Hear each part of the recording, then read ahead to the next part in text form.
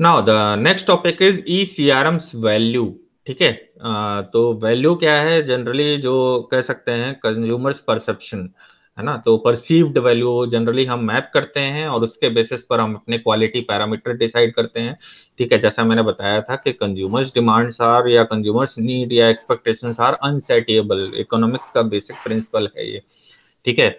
और उसको आप पूरी तरह से फुलफिल तो नहीं कर सकते हैं, तो आप क्या करते हैं, उस पर जो भी आप बेस्ट कर सकते हैं अपनी स्किल के हिसाब से वो काम करते हैं। ठीक है, अभी जैसे देखिए ड्राइवरलेस कार पर रिसर्च चल रही है। ठीक है, हाइड्रोजन फ्यूल पर रिसर्च चल रही है। ठीक है, तो जनरली और इलेक्ट्रिक व्हीकल भी आ गए हैं मार्केट में। तो ये सब क्या है कि जनरली कंज्यूमर का परसेप्शन है कि वो फ्यूल में कुछ नहीं देना चाहता। ठीक है। या मतलब कह सकता है कि एक बार प्रोडक्ट लिया उसके बाद मुझे उसमें कुछ और ना लगाना पड़े, तो ये कंज्यूमर की सोच है। तो अब इसके हिसाब से कंपनीज काम कर रही हैं। ठीक है, फ्लाइंग कार कॉन्सेप्ट पर काम चल रहा है। तो ये सब क्या है, वो अनसेटिएबल डिमांड की वजह से उस पर इनोवेशन चल रहा है, उस पर वर्क चल रहा है। तो वो that is basically the worth, है ना। तो जनरली देखिए कंज्यूमर तभी बाई करता है जब उसे लगता है कि जो मेरे पैसे जा रहे हैं उतने की मुझे वर्थ मिल रही है। अब आजकल देखिए आप इलेक्ट्रिक व्हीकल की अगर बात करें तो कुछ नहीं तो उसका रेट 2 गुना 2.5 गुना ज्यादा है ना, इन कंपैरिजन टू दैट जो कि आपके कह सकते हैं जो ट्रेडिशनल फ्यूल बेस्ड आपके व्हीकल्स हैं। ठीक है, पेट्रोल सीएनजी या डीजल बेस्ड जो व्हीकल हैं उनके मुकाबले तो 2-2.5 गुना ज्यादा रेट है। उसके बाद भी लोग कुछ लोग उसे अभी देखिए उतना ज्यादा कह सकते हैं ना, लोगों ने कंज्यूम नहीं किया है। ठीक है, और दूसरा चार्जिंग का भी इश्यू है, तो इस वजह से थोड़ा सा लोग अभी लेने से बच रहे हैं। लेकिन जैसे जैसे फर्दर चार्जिंग स्टेशन बनेंगे या कह सकते हैं कि लोगों को जो सपोर्टिंग इंफ्रास्ट्रक्चर है वो मिलने लगेगा, जब जैसे सीएनजी है तो सीएनजी अभी भी आप देखिए तो रिमोट एरियाज में अवेलेबल नहीं है, लेकिन फिर भी आप देखिए तो मोस्टली जगहों पर अब होने लगी है। आप देखिए अलग अलग जगहों पर लोग उसे प्रोवाइड करने लगे हैं। तो अब सीएनजी व्हीकल से समय चल पड़े हैं। इवन इनोवा, आपने क्रिस्टा का नाम सुना होगा, है ना। तो इनोवा भी अभी नई गाड़ी अपनी लॉन्च करने वाली है 2021 में सीएनजी व्हीकल। ठीक है, जबकि इनोवा और हुंडई में आप देखिए तो सीएनजी बहुत कम मिलता है, रेयर मिलता है। लेकिन अब फर्दर उसका इम्प्लीमेंटेशन है, फर्दर इलेक्ट्रिक व्हीकल का भी होगा तो उसका भी रेट धीरे धीरे डाउन होगा। वो तो वही है ना, मास कस्टमाइजेशन पर, मास प्रोडक्शन पर है। और कितने ज्यादा लोग ले रहे हैं उसी हिसाब से इकोनॉमीज ऑफ स्केल जो कह सकते हैं प्राइस है वो डाउन जाता जाएगा। तो बेसिकली आपको you need to work on your worth, है ना। कंज्यूमर को लगना चाहिए कि मैं जितना पैसा पे कर रहा हूं उसमें मुझे कितना ज्यादा वैल्यू मिल रहा है। ठीक है, तो customer loyalty and profitability are often directly linked और इक्वेटेड बाय द इंडस्ट्री और ऑब्जर्वर्स। ओके, सो बेसिकली आप देखिए तो जो पॉइंट है वो क्या है कि आपको मैप क्या करना है, कस्टमर लॉयल्टी एंड प्रॉफिटेबिलिटी। और ये किस तरीके से आप मैप कर पाएंगे, जब आप वर्थ प्रोवाइड करेंगे, वैल्यू प्रोवाइड करेंगे। तो three causative methods are described that link customer satisfaction and loyalty with profitability. ठीक है, तो कौन कौन से वो पैरामीटर हैं जो कि आपको कंसीडर करने चाहिए। तो first is the customer acquisition, acquire करें। ठीक है, तो किस तरीके से एक्वायर करें, loyalty increases the number of customers for by referrals. ठीक है, तो लॉयल्टी किस तरीके से बढ़ती है, एक्वायर किस तरीके से करते हैं, रेफरल, वर्ड ऑफ माउथ। ठीक है, आपको कोई भी नया प्रोडक्ट परचेज करना है, आप क्या करते हैं, सबसे पहले अपनी फैमिली में अगर किसी ने परचेज किया तो उससे पूछते हैं कि आपने ये प्रोडक्ट परचेज किया है, कंज्यूम कर रहे हो तो बताइए कैसा है। ठीक है, फैमिली से, रिलेटिव से, फ्रेंड से, पीयर ग्रुप से, जो भी मतलब हमारे साथ एसोसिएटेड है उससे। अभी तो लोग सोशल मीडिया का भी इस्तेमाल कर रहे हैं। ठीक है, मान लीजिए आप नई कार खरीदने जा रहे हैं तो कुछ लोगों को मैंने देखा है कि फेसबुक में लिख देते हैं, ठीक है, कि I am going two by a new car, which brand and which कह सकते हैं मॉडल शुड आई प्रेफर, है ना। तो लोग उसमें तमाम तरीके के जो जो भी कार यूज कर रहा है उसका अपना कमेंट दे देता है और फिर फर्दर उसके बेसिस पर आप डिसाइड करते हैं। ठीक है, तो loyalty increases by the number of customers by referral. ठीक है, तो you need to focus on the customer acquisition, किस तरीके से मैं कस्टमर एक्वायर करूं, ज्यादा से ज्यादा कस्टमर एक्वायर करूं। ओके, अब एक्वायर कर लिया उसके बाद रिटेंशन, जैसे आप देखिए सैमसंग है, नोकिया है और अभी आप एप्पल वगैरह भी है, तो ये लिमिटेड एडिशन फोन निकालते हैं। अभी जैसे एक किसी फोन मैं ओप्पो का देख रहा था एड, तो उसमें उन्होंने दिवाली एडिशन करके बड़ा कलरफुल सा एक सेलफोन निकाला है। ठीक है, तो वो क्या है, बेसिकली कस्टमर एक्विजिशन के तरीके हैं कि लिमिटेड एडिशन आपने निकाला। ठीक है, उसको थोड़ा सा आपने प्राइस रेंज उसका कम किया और उसमें वर्थ आप ज्यादा दे रहे हैं, तो उससे क्या है कि कस्टमर एक्वायर हो गया। ठीक है, एक बार जब आपके प्रोडक्ट को यूज करें, उसके बाद दूसरी स्ट्रेटेजी आपकी होनी चाहिए कस्टमर रिटेंशन। ठीक है, रिटेंशन क्या है कि अब आप उसे रिटेन रखें। ठीक है, आपके प्रोडक्ट के अलावा वो किसी और प्रोडक्ट पर ना जाए, तो उसके लिए जो सबसे ज्यादा जरूरी कॉन्सेप्ट है that is the focus on worth part, means value part. Okay, so loyalty helps retain customers longer, reducing acquisition cost, है ना। acquisition cost जो है वो आपकी कम होती जाएगी। अब देखिए रेफरल्स के थ्रू आप देखिए तो जो कह सकते हैं ज्यादातर कस्टमर है वो रेफरल्स के थ्रू कनेक्ट होता है।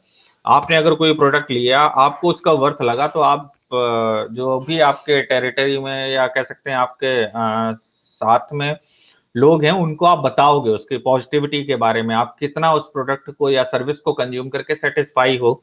ठीक है, उसके बारे में बताओगे। जैसे आजकल उसका ऐड चल रहा है ना, ये बाइजू। ठीक है, तो बाइजू में क्या है कि आप क्या अपने जो ट्यूशन है, रेगुलर ट्यूशन है, उससे सेटिस्फाई हैं, नहीं है तो फर्दर यू में गो फॉर बाइजू ऑल्सो, है ना। तो ये क्या है बेसिकली कि कस्टमर एक्विजिशन प्रैक्टिसेस हैं कि एक बार आप इसको मतलब कंज्यूम करके देखिए।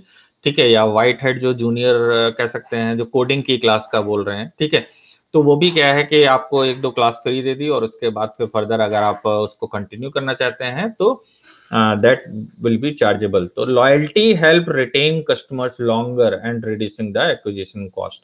ठीक है, तो लॉयल्टी किस तरीके से बढ़ाई जाए? By delivering the value. Okay, next is customer extension. अब एक्सटेंशन किस तरीके से किया जाए? जो एक्वायर हुए उन्हें रिटेन रखा जाए और फर्दर एक्सटेंशन किया जाए। तो आप देखिए कई सारी कंपनीज आपको कह सकते हैं फर्दर रेफरल कार्ड ऑफर करती हैं। ठीक है, तो उसमें क्या होता है कि आपको एक पर्टिकुलर टोकन अमाउंट दिया जाता है। जैसे कॉर्ड लाइफ का आपने नाम सुना होगा।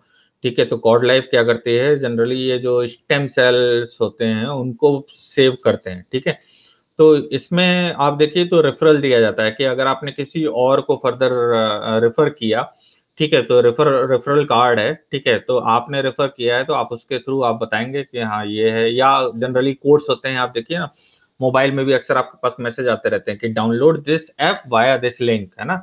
तो उसमें जो पर्सन है वो एक सर्टेन कोड जनरेट करता है और बोलता है कि जब भी आप ये ऐप डाउनलोड करें तो प्लीज मेरा कोड, जो भी कोड है वो आप डाल दें। ठीक है, तो ये क्या है, loyalty increases the profitability of existing customer and less price sensitive and greater share of wallet. ठीक है, तो फर्दर आपको कस्टमर एक्सटेंशन पर भी ध्यान देना है। तो these are the three practices that you need to adopt कि first acquire the customer by value and retain the customers. Okay, जो एग्जिस्टिंग कस्टमर है उनको रिटेन रखें और उनके थ्रू नए कस्टमर्स को आप बढ़ाएं, है ना, नए कस्टमर्स आप जो है डेवलप करें। ठीक है, तो दैट इज द कह सकते हैं contribution of ECRM value. Okay, next is इसी में अगर हम आगे बात करें तो जो आपने 5 C's पढ़े होंगे। ठीक है, आप लोग सभी मार्केटिंग के स्टूडेंट हैं और आप सभी ने 5 C's जरूर पढ़े होंगे। ठीक है, तो ECRM वैल्यू के लिए ये 5 C's डिफाइन किए थे, ये इनका नाम लिखा हुआ है। ठीक है, तो ये दो ऑथर हैं और इन्होंने 2005 में इस प्रैक्टिस को आइडेंटिफाई किया था अपने रिसर्च पेपर में। So there are 5 highly significant empirical dimension of customer satisfaction. ठीक है, तो वो कौन कौन सी कस्टमर सेटिस्फेक्शन डायमेंशन है जो कि लॉयल्टी को कह सकते हैं लीड करेंगी या लॉयल्टी को इम्पैक्ट करेंगी। ठीक है, तो in decreasing order of importance. अच्छा, अब जब इन्होंने रिसर्च की तो इन्होंने डिक्रीजिंग ऑर्डर में, मीन सबसे जो ऊपर है नंबर 1 पे जो है वो क्या है, most important, first and the 5 C's of the customer satisfaction. ठीक है, तो first is the conflict handling, कि सबसे पहले आप किस पर फोकस करें? जो फर्स्ट C है, कॉन्फ्लिक्ट हैंडलिंग। ठीक है, reducing potential problem and handling those that arise well. Okay, so you need to focus on the potential problems, कि क्या क्या प्रॉब्लम्स हैं बेसिकली जो कि कस्टमर फेस कर रहा है। तो देखिए आप कॉल सेंटर का ऑप्शन देते हैं कस्टमर को कि अगर कोई भी क्वेरी है, कोई भी डाउट है, तो 24/7 call centre facility is available, this is the toll free number, है ना। तो अब उसमें क्या है कि कोई भी क्वेरी होगी, अब क्वेरी अगर आपका देखिए VRS जो सॉरी ये आपका होता है ना, कह सकते हैं जो VPN सर्विस होती है ना, तो उसके थ्रू अगर आपकी क्वेरी सॉल्व होती है, कंप्यूटराइज सिस्टम है उसके थ्रू सॉल्व होती है तो ठीक है। ठीक है, कुछ FAQs था और वो आपने उसके थ्रू नंबर्स डायल करके और आपने उसको उसी में ऑटोमेटेड वे में देख लिया, या चैटबॉट्स का इस्तेमाल करते हैं, और अदरवाइज आप देखिए तो एग्जीक्यूटिव से भी आप बात कर सकते हैं, ठीक है। तो वो further reducing the potential problem. तो ये जनरली कॉन्फ्लिक्ट हैंडलिंग प्रैक्टिसेस हैं जो कि कंपनीज अप्लाई करती हैं, and handling those that arise, ठीक है, वेल मीन्स जब भी वो अराइज होती हैं, कोई भी क्वेरी है या कोई भी कंप्लेन है, तो उसको आप कह सकते हैं प्रायोरिटी में आपको एड्रेस करना है। तो दैट इज द फर्स्ट सी, ठीक है, सबसे ज्यादा इंपॉर्टेंट है। अगर आपको लॉयल्टी लंबे टाइम तक या लॉयल्टी को कह सकते हैं मेंटेन रखना है, कस्टमर सेटिस्फेक्शन को मेंटेन रखना है, तो you need to address the first C, that is conflict handling. Okay, second is the credence. Credence क्या है? जैसे ट्रस्ट बिल्डिंग। तो ट्रस्ट किस तरीके से बनेगा? रिलायबिलिटी, कितना रिलायबल या कितना ट्रस्टवर्दी ब्रांड है आपका, ठीक है। सिक्योरिटी, सेफ्टी सिक्योरिटी, जैसे डेटा सेंटर के केस में बताता रहता हूँ कि security is the utmost concern while dealing with the data centre, ठीक है। रिस्पेक्ट, क्वालिटी एंड कॉन्फिडेंस, ठीक है। तो these are some of the synonyms while maintaining synonyms means these are certain parameters that are responsible for building trust over your brand, okay। reliability factor you need to consider, security factor you need to consider। जैसे आजकल देखिए तो टाटा ने अपना brand building, पहले टाटा ने कोशिश की थी, टाटा नैनो जब लॉन्च की थी तो उनका क्या प्राइम कंसर्न था कि सबसे कह सकते हैं कॉस्ट इफेक्टिव कार हमें देनी है, ठीक है, इंडियन कंज्यूमर को। तो कॉस्ट इफेक्टिव है, मारुति से भी लोअर सेगमेंट में वो कार लेकर के आए, दैट इज टाटा नैनो, ठीक है। लेकिन ये है कि जब उन्होंने देखा कि नहीं नहीं, अब कस्टमर का परसेप्शन है वो टाइम टू टाइम चेंज होता जा रहा है, किसकी तरफ मूव हो रहा है? सेफ्टी की तरफ। तो अब देखिए, तो अब वो अपने आप को जब हाईलाइट करते हैं तो क्या करते हैं? सेफेस्ट कार ऑफ इंडिया, ठीक है। अभी जैसे ऑल्ट्रोज का ऐड आ रहा है IPL में, और इसके अलावा नेक्सॉन है और हैरियर है टाटा की।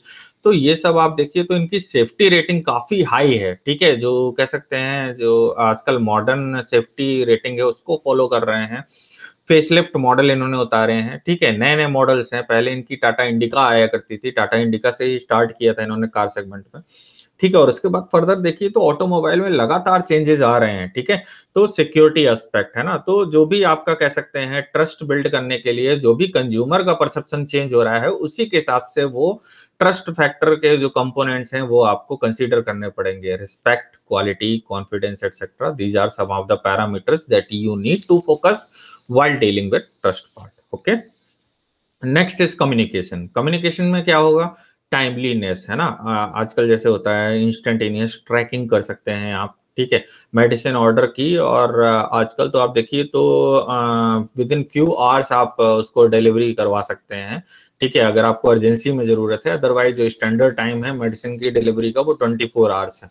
आपने आज ऑर्डर किया, 24 घंटे के अंदर आपके पास डिलीवर हो जाएगा, ठीक है। और अभी आजकल तो देखिए तो मोस्ट ऑफ द प्रोडक्ट्स, है ना, तो ई कॉमर्स में ये काफी बड़ा चेंजेस देखने को मिला है कि लॉजिस्टिक्स नेटवर्क को काफी ज्यादा इंप्रूव किया गया है, ठीक है। तो टाइमलीनेस, तो इसी तरीके से कम्युनिकेशन, तो कम्युनिकेशन आप देखिए तो timeliness, relevance, accuracy and proactiveness, ठीक है। तो रियल टाइम बेसिस पर आप क्या कर सकते हैं? कम्युनिकेट कर सकते हैं, कहीं पर आपको ऑर्डर कस्टमाइज करवाना है वो करवा सकते हैं, कैंसिल करना है वो भी कर सकते हैं, ठीक है। रिवर्स लॉजिस्टिक्स भी कंपनीज मेंटेन करती हैं, और इसके साथ साथ आप रियल टाइम बेसिस पर ट्रैक कर सकते हैं। जैसा अभी मैंने आपको पहले भी एग्जांपल देता रहा हूँ कि आपने कुछ भी ऑर्डर किया तो उसके बेस उसको आप फिर देख सकते हैं, ट्रैक कर सकते हैं कि मेरा ऑर्डर अभी सप्लायर के पास है, सप्लायर ने पैक कर लिया है, पैक करने के बाद डिस्पैच कर दिया है, अब वो third party logistics service provider के पास है, third party logistics service provider का ये नाम है, वो इस पर्टिकुलर पर्सन के थ्रू जो उन्होंने वैलेट आपको असाइन किया उसका ये नाम है, उसका ये फोन नंबर है, ठीक है। यू में कॉन्टेक्ट फॉर फर्दर, अगर आपको कुछ कम्युनिकेट करना है, कुछ बताना है उसको या कुछ उससे पूछना है तो आप कम्युनिकेट कर सकते हैं, ठीक है। तो that is basically the next important factor that you need to consider to manage the consumer satisfaction और loyalty part of customer, okay. Next important point is commitment value, ठीक है, means personalisation and flexibility. Personalisation या customisation बोल सकते हैं, ठीक है, कि every customer is unique, so you need to focus on the commitment value. क्या आपने कमिट किया है, ठीक है, और उसको किस लेवल तक आपने कमिट किया है, ठीक है। तो that you need to incorporate personalisation and flexibility. Flexibility part क्या है, वो स्केल अप स्केल डाउन है ना, जब ज्यादा अमाउंट की ज्यादा क्वांटिटी की जरूरत है वो भी आप प्रोवाइड कर सकें, कम क्वांटिटी की जरूरत है वो भी आप प्रोवाइड कर सकें, ठीक है। तो जो भी आपकी यूएसपी है उसमें फ्लेक्सिबिलिटी भी होनी चाहिए। Okay, so next, that is the commitment value. That is another important dimension, 5 C's. Okay, next is the competence. Competence क्या होता है? Competence is knowledge, advice, assistance, flexibility. Competence is basically हम देखते हैं ना कि क्या हम इतने competent enough हैं कि हम जो कस्टमर की क्वेरी है उसको सॉल्व कर सकें, उसके जो डाउट्स हैं उनको क्लियर कर सकें, जो प्रोडक्ट में कह सकते हैं चेंजेस हैं उनको इनकॉर्पोरेट कर सकें।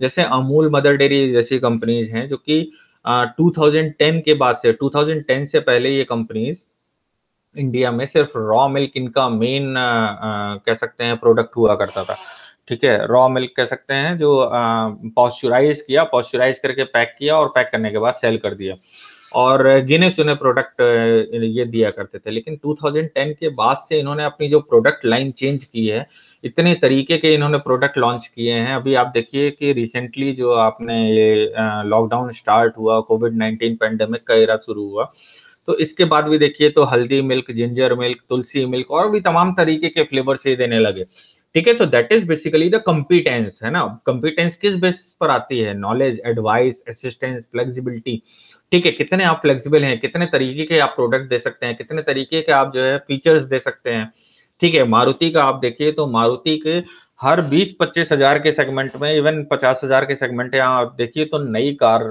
सीरीज आप देख सकते हैं, ठीक है। तो हर सीरीज मतलब आप देखिए कि बेसिक मॉडल कहाँ से स्टार्ट है और अपर मॉडल कहाँ स्टार्ट है, और उस रेंज में भी आपको इतने वेरिएशन मिल जाएंगे लगातार। एस्प्रेसो ले लीजिए, ऑल्टो ले लीजिए, केटन ले लीजिए, ठीक है। ओमनी ले लीजिए, अभी जैसे ओमनी का शायद इन्होंने प्रोडक्शन बंद किया है, ठीक है। 7 सीटर चाहिए अगर आपको लोअर सेगमेंट में, यू में गो फॉर ओमनी, अगर आपको कैब वगैरह के पर्पज के लिए चाहिए, ठीक है। अलग अलग सेगमेंट में अलग अलग कार्स हैं, उसमें भी वेरिएशन और वेरिएंट्स अलग अलग हैं। पहले तो डीजल भी हुआ करता था, अभी डीजल बंद किया उन्होंने 2019 में, ठीक है। तो इसके बाद सीएनजी देना शुरू कर दिया हर व्हीकल के साथ। इवन विटारा ब्रिजा है वो भी अभी सीएनजी में लॉन्च होने वाली है, पेट्रोल में अभी रिसेंटली लॉन्च किया है। तो ये सब क्या है? कॉम्पिटेंस है बेसिकली, कि नॉलेज रेगुलरली ये अपने आप को अपडेट कर रहे हैं, advice, assistance, flexibility. So these are the parameters that you need to focus while dealing with the customer satisfaction और dealing with the loyalty parameters. Okay, so this is all about the ECRM value.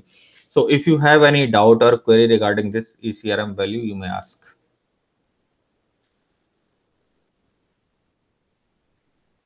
Is there any doubt or query?